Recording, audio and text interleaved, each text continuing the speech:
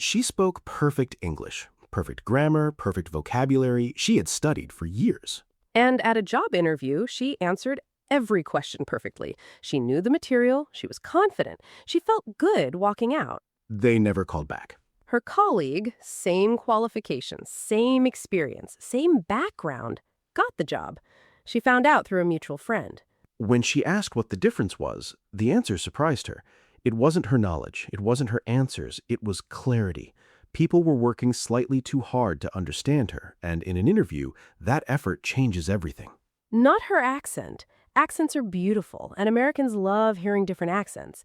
It was something else entirely, something nobody had ever pointed out to her. Today, we're pointing it out. 5 specific things that make English sound unclear, and 5 simple fixes that will make your speech immediately clear. Ready? Let's get into it. Welcome to Word by Word English, where every episode we teach you the real English that changes how people see you. Today's episode is about sound, not spelling, not grammar, not vocabulary, just the way English actually sounds when native speakers use it. Because pronunciation isn't about having a perfect American accent. It's about being clearly understood. And these 5 fixes will get you there faster than anything else. Ready? Let's go. Fix 1. Word stress. This is the single most important element of English pronunciation, and the one most people never learn. Every English word with more than one syllable has one syllable that gets more emphasis than the others. That's called stress. And if you stress the wrong syllable, even a native speaker won't understand you. Example, the word present. As a noun or adjective, present. The stress is on the first syllable. I got a present. She is present. As a verb, present. The stress moves to the second syllable. Can you present your findings? Same spelling, different stress, completely different meaning. And if you stress the wrong one, the listener's brain can't process it fast enough to understand you. More examples. Photograph, stress on first syllable. Photography, stress on second. Photographic, stress on third. The rule, in English, stress can change with the word form. Nouns often stress the first syllable, verbs often stress the second. But the best way to learn is, for every new word you learn the stress at the same time. Practice right now. Say these words with the correct stress. Record, noun, versus record, verb. Permit, noun, versus permit, verb. Increase, noun, versus increase, verb. Tell us in the comments, which English word did you stress wrong for a long time before you learned the correct stress? Fix 2. The schwa sound. This is the most common vowel sound in the entire English language. According to Britannica, it appears in more English words than any other vowel sound, and almost nobody teaches it to English learners. The schwa sounds like It's a short, relaxed, unstressed vowel sound, and it appears in almost every multisyllable English word. Here's why it matters. When English learners read a word, they try to pronounce every vowel clearly. A sounds like A. E sounds like E.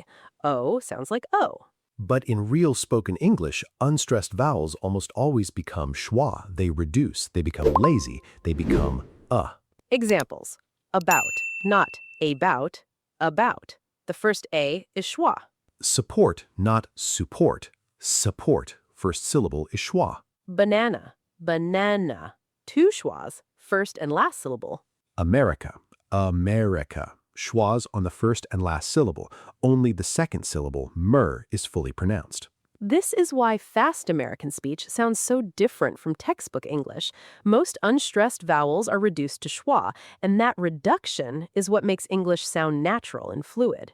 The fix, stop trying to pronounce every vowel fully. Let unstressed syllables relax into Your English will immediately sound more natural. Practice. Say comfortable. Americans say it as comfortable. 3 syllables, not 4. The middle syllables reduce. Try it. Comfortable. Fix 3. Linking words. This is how American English actually flows, and it's why fast English can be so hard to understand. In natural American speech, words don't stop and start separately. They link together. The end of one word connects to the beginning of the next. Want to turns to wanna. Going to turns to gonna. Have to turns to hafta. Got to turns to gotta. Out of turns to utta. These aren't slang. These are natural pronunciation reductions that happen in fast, casual American speech. Every American uses them constantly. But linking happens with regular words too, not just these special cases. Turn it off turns to turn it off, all linked together. Pick it up turns to pick it up. I need it turns to I need it. When a word ends in a consonant and the next word starts with a vowel, they link. The consonant moves to the beginning of the next word in your mouth. An apple turns to an apple. The N links to apple. Check it turns to check it. Look at it turns to look at it. The fix is practice saying common phrases as one smooth unit. Don't pause between each word. Let them flow. Wanna grab coffee? Gonna be there soon. Have to finish this first. Practice right now. Say, I want to go to the store as naturally as you can. I want to go to the store. Smooth, flowing, natural. Try it. Fix 4. Intonation.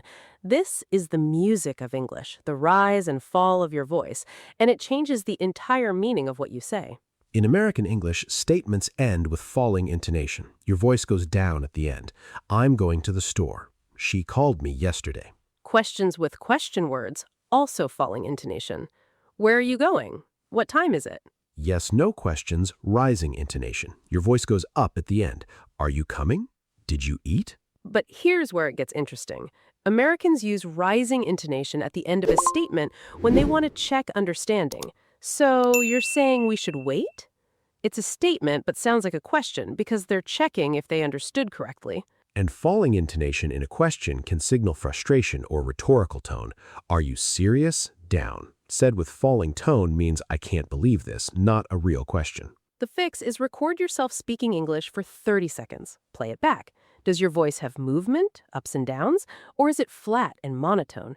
Natural English has constant movement. Flat intonation, even with perfect words, sounds robotic and cold. Moving intonation sounds warm, engaged, and natural. Work on the music, not just the words. Fix 5. Consonant clusters. These are groups of consonants that appear together with no vowel between them, and they're one of the hardest parts of English pronunciation for most learners. Examples of difficult clusters: strengths, multiple consonants together; texts, ends with KSTS sound; asked, ends in SKT; twelfths, ends in LTHS. Most learners deal with consonant clusters by adding a vowel between consonants. Film becomes film. Milk becomes milik. Desk becomes desic. This is extremely common, and it's one of the clearest signals to a native speaker that someone is still developing their pronunciation. The fix is practice these clusters slowly, then speed up. Don't add vowels. Hold the consonant sounds and move directly to the next one. Film, hold the L and move directly to M. Film, no vowel between. Milk, milk. Desk, desk. Common cluster words to practice: world, asked, texts, months, strengths, sixth, twelfths. Start slow, build speed. Tell us in the comments which consonant cluster is hardest for you. Write it down. We want to know. Quick mistakes section. Mistake 1. Trying to get a perfect American accent. That's not the goal. The goal is clarity. Your accent is part of your identity. Focus on being understood, not on sounding like someone you're not. Mistake 2. Reading words and assuming you know how to pronounce them. English spelling and pronunciation are famously inconsistent. Tough, through, though, thought, all spelled similarly, all pronounced completely differently. Always check pronunciation of new words. Mistake 3. Speaking too fast when nervous. Slowing down slightly and speaking clearly is always more effective than speaking at full speed with reduced clarity. Clarity over speed. Always. Mistake 4. Not practicing out loud. Reading about pronunciation does almost nothing. Your mouth needs to practice the physical movements. Speak out loud every day. Quick practice. 5 sentences. Focus on applying all 5 fixes as you say each one out loud. Sentence 1. Stress. Can you present your research at the next meeting? Sentence 2. Schwa. I'm comfortable with the arrangement. Comfortable, arrangement, both have schwas. Sentence 3. Linking. I want to check it out when I have to go there anyway. Sentence 4. Intonation. Are you coming? Voice up. I'm not coming. Voice down. Feel the difference. Sentence 5. Consonant clusters. He asked about the sixth month's texts and strengths. Say all 5 out loud right now. Pause the episode, actually say them. That physical practice is worth more than any explanation. Write in the comments, which of the 5 fixes do you think will help you most? We genuinely want to know. She answered every question perfectly. She knew the material. She felt good walking out. And they never called back, because clarity, the effortless ability to be understood, was the one thing nobody had ever taught her.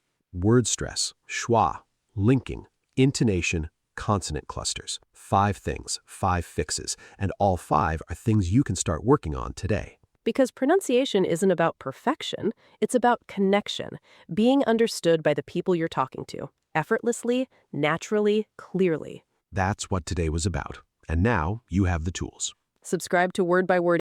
Like and subscribe to Word by Word English, because next time we're breaking down a word that Americans use to describe someone who keeps going even when everything tells them to stop. See you in the next one.